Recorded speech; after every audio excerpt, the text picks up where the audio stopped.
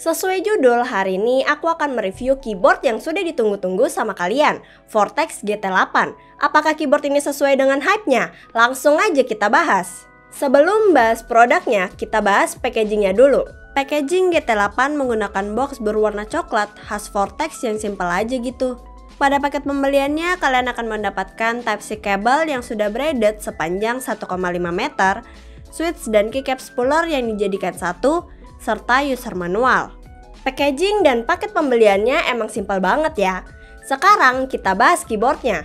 Vortex GT8 menggunakan layout 75% dengan knob yang berada pada sisi kanan atas. Untuk desain keyboardnya aku lumayan suka, walaupun kalau arrow-nya explode bakal lebih bagus. Kalau dilihat bentuk keyboard ini mirip dengan NJ80. Yang berbeda ialah NJ80 menggunakan mounting style tray-mount, sedangkan Vortex GT8 menggunakan gasket mount. Nah, buat kalian yang bertanya-tanya seberapa flex sih gasket mount di GT8 ini? Feel-nya tuh emang gak se-stiff tray-mount, tapi kalau dibilang flex sampai bonci juga enggak. Mungkin karena bahan plate-nya masih menggunakan steel, belum menggunakan PC plate yang lebih flex. Untuk gasketnya menggunakan bahan rubber yang gak terlalu soft. Gasket ditempatkan pada top cover sebanyak 6 buah dan pada bottom cover sebanyak 7 buah.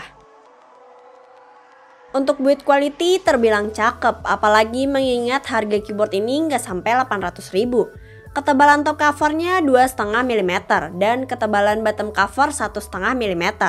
Build quality knobnya pun mantep dan berasa solid. Feel saat digunakan gak berasa murahan seperti knob keyboard di bawah 1 juta lainnya.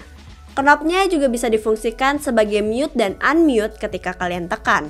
Pada bagian belakang di sisi kanan top cover terdapat logo Vortex Series. Logonya cukup kecil dan oke aja. Pada bagian bawah keyboard terdapat 4 rubber feet, switch on off yang kecil banget, tempat untuk menaruh dongle wireless, serta peninggi dengan 2 step ketinggian. Untuk typing angle dengan peninggi step pertama sudah nyaman, namun pada step kedua menurutku terlalu tinggi dan kurang nyaman. Masalah di peningginya ini adalah ketika menggunakan peninggi pada step pertama, kalau keyboardnya kita geser bakal masuk lagi peningginya. Tapi untuk peninggi step kedua aman.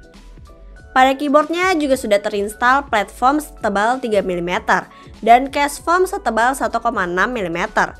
Tentu saja sound profile dari keyboard ini sudah tidak hollow dalam keadaan out of the box. Untuk pilihan switch yang tersedia adalah Automo dengan varian Automo Red, Blue, dan Brown. Unit yang aku review saat ini adalah versi Automo Blue.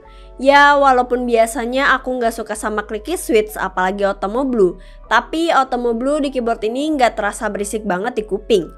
Pingingnya juga nggak parah dan masih bisa diterima sama telingaku. Mungkin karena efek mounting style-nya dan sudah terinstall foam yang tebal. Langsung aja kita dengerin sound profile-nya.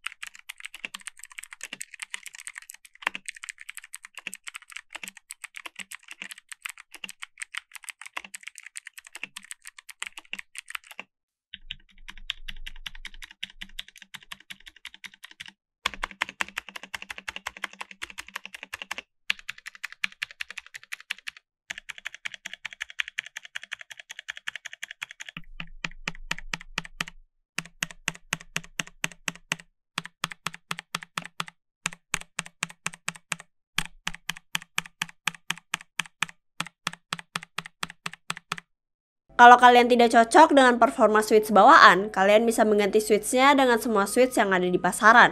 Karena keyboard ini sudah support hot swap universal 5 pin dengan LED yang tidak menonjol. Dan lebih baiknya lagi, keyboard ini sudah south facing LED. Jadi kalian gak perlu mikir masalah interference karena gak akan ada di keyboard ini. South facing LED-nya pun full, gak ada satu switch pun yang north facing. Stabilizer pada keyboard ini sudah di loop, dan loopnya banyak banget sampai wire-nya gak kelihatan. Tapi hasilnya jadi gak rattle sama sekali. Feel stabilizernya pun enak, gak mushy. Colorway-nya juga asik, ala-ala Holy Panda gitu. Keyboard ini memiliki triple connection, yaitu wired dengan posisi lubang Type-C pada bagian kiri, Bluetooth, serta wireless 2,4 GHz menggunakan dongle. Untuk baterainya memiliki kapasitas 2200 mAh yang terbilang kecil apalagi untuk keyboard yang memiliki RGB backlight.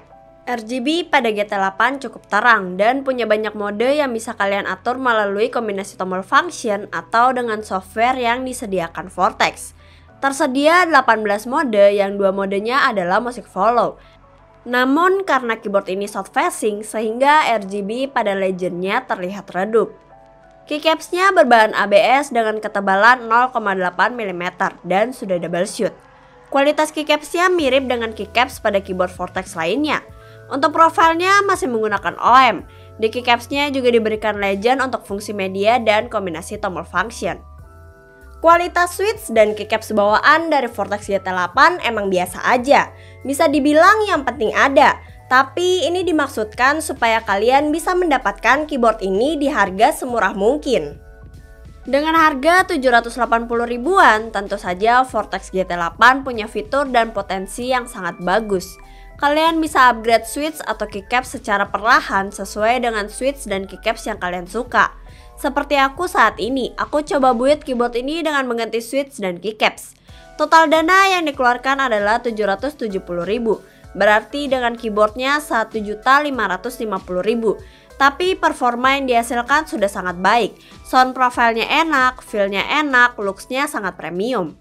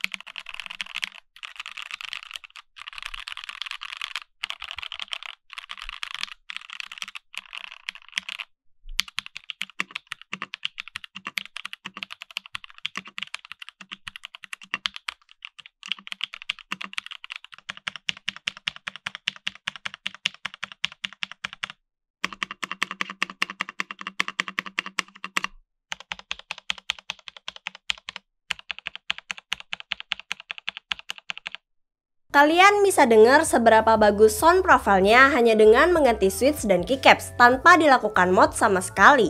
Kesimpulannya, keyboard ini bisa jadi pilihan kalian yang cari keyboard dengan fitur selengkap mungkin dengan harga semurah mungkin. Mulai dari fitur wireless, RGB, south facing LED, gasket mount, sampai knob semua ada di keyboard ini. Kalau kalian cari 65%, kalian bisa pilih seri GT6-nya. Oke, itu aja dari aku. Jika kalian punya pertanyaan atau kritik dan saran, bisa kalian tinggalkan di kolom komentar. Aku Vanilla, terima kasih.